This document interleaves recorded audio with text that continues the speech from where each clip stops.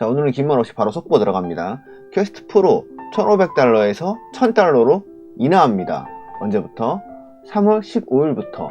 정확히는 미국이랑 캐나다 같은 경우가 이번 주 일요일 3월 5일부터 바로 인하될 거고요. 공식 홈페이지 가격입니다. 그리고 그를 제외한 이탈리아, 일본, 네덜란드, 노르웨이, 스페인, 스웨덴, 한국 등등등은 3월 15일부터 바로 공식 홈페이지에서 메타 공식 홈페이지예요.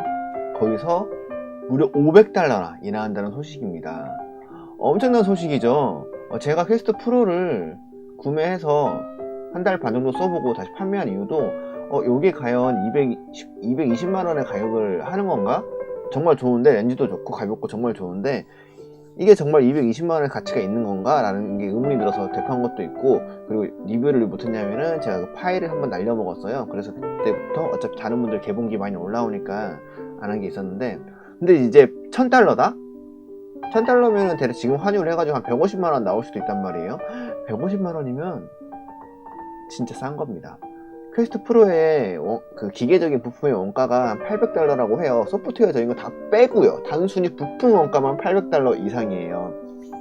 근데 그 안에 페이셜 트래킹, 눈, 코, 입 트래킹 되고 아이 트래킹 이런 기능들이 있죠. 요게 근데 이제 문제는 그런 것들이 게이머들한테는 쓸모가 없었기 때문에 가격이 너무 과하다라고 생각되는 사람이 되게 많았어요. 그러나 어떤 사람들은 화질만을 위해서도 이 가격은 지불할 가치가 있다 쓰시는 분들 계셨거든요. 그런 분들 하나 220만원 주고 사셨어요. 그리고 저번 달에 잠깐 아마존에서 1100달러 한 170만원 정도로 잠깐 할인했고요. 그것도 이제 AS 포기하고, 왜냐면 미국 직구로 산 거였기 때문에. 근데 이제 공식 홈페이지에서 1000달러로 인하한다? 이건 정말 엄청난 소식입니다. 제가 이 속보 때문에 제가 지금 새벽 1시인데 자다 말고 영상을 찍으러 나왔어요. 자, 그럼 분석을 들어가 볼까요? 왜 인하를 할까요? 경기 불황이죠, 요즘에 LG도 그렇고 삼성도 그렇고 그 모니터 할인 되게 많이 해요. 하드도 그렇고 컴퓨터 부품 대부분 다 불황입니다. 그리고 제가 장담하는 거는 퀘스트 프로는 한 달 바품 제도를 운영했단 말이에요. 한 달만 써보고 바꾸는 사람 되게 많았습니다. 정말 많았어요. 저는 좀 더 써볼 욕심에, 리뷰를 만들 욕심에 한 달 반 정도를 써보고 그랬지만, 거기서 나온 이제 바품을 가지고 아마존에서 할인해서 떠레를 친 거죠. 그랬더니 좀 잘 팔린 거지. 사람들은 생각보다 표정 트래킹을 할 수 있는 것에 소셜 기능에 관심이 없었던 거예요.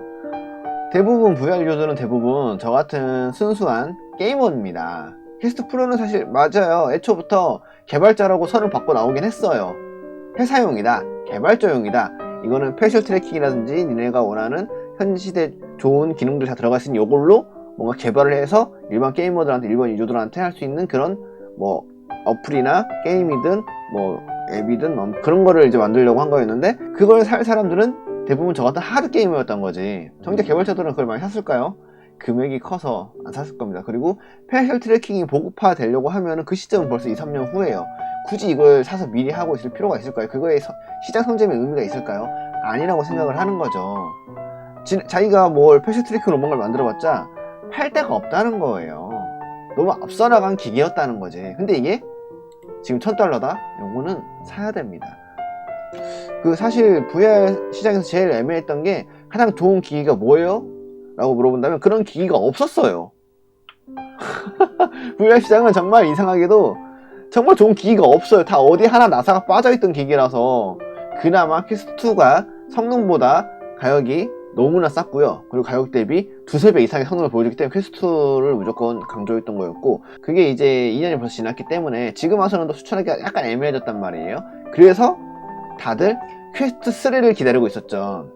이것도 문제예요. 그러니까 사람들이 퀘스트 프로는 너무 비싸, 퀘스트2는 좀 성능이 좀 뒤떨어진 것 같은데, 피코는 중국 회사라 좀 불안해. 어플도 지원이 될지 잘 모르겠고 하드웨어적으로는 좋습니다.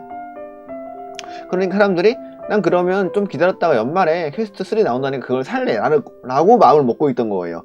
여기서 이제 퀘스트 프로가 팔릴 것도 안 팔리는 거지. 너무 비싸고 220만원 쉽지 않습니다. 취미생활에 150만원 한 번에 지출하는 게 쉽지 않아요. 150만원까지가 제가 볼 때 심리적 한도예요. 그 이상은 쉽지 않아. 150만원 이상은. 대다수의 VR 유저들은 더 좋은 디스플레이와 렌즈, 시야각, 좋은 착용감, 그리고 좋은 가격을 원했어요. 특히 FPS의 아버지 존 카맥, 퀘이크 개발자입니다. VR의 아버지라고도 불릴 수 있는 분이에요. 이분은 사실 이분이 22년 12월에 퇴사를 했었는데 메타에서 그 사유가 주커버그와 사업의 방향에 대한 의견이 너무 다르다였어요.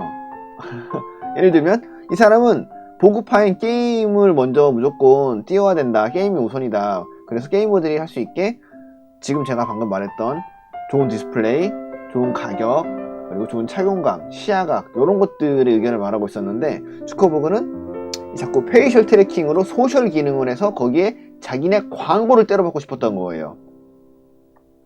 거기서 이제 의견 차이가 많았다 하더라고요. 그리고 결국 퀘스트 프로가 220만원이라는 어마어마한 가격으로 나왔죠.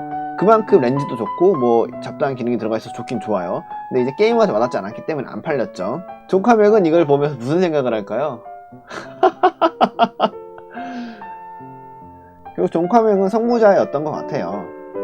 제 생각은 그렇습니다. 자, 바이브 XR 1월에 나온 바이브 XR 제 이전 영상에 179만원이었죠 큰일 났습니다. 바이브 XR 기기적인 성능 잘 모르겠어요. 비슷하다고 할게요. 같은 팬케이크 렌즈니까. 제가 요거를 한 달, 두 달 써본 건 아니니까. 퀘스트 프로는 써봤지만, 그냥 소프트적인 측면에서 무조건 메타가 앞서죠. HTC는 단순한 하드웨어 회사잖아요. 지금 그 PC VR 연결 기능도 버대탑에 의존하려고 하고 있죠. 근데 179만원이다. 큰일 났습니다. 큰일 났어. 근데 좀 안타까운 거는 이게 단순한 호재는 아니에요. 소비자로서 좋은 기계를 싸게 구매할 수 있는 건 좋은 건 맞지만, 그만큼 VR 산업이 돈을 못 벌고 있다는 사실이기도 합니다. 어떻게 보면 땡처리라고도 보여지기도 해요. 저는 지금 퀘스트 3 같은 경우도 얘네가 광고하기를 XR 기능, 그러니까 호락 현실을 자꾸 강조하는데, 저는 게임에는 XR 기능이 크게 상관이 없거든요.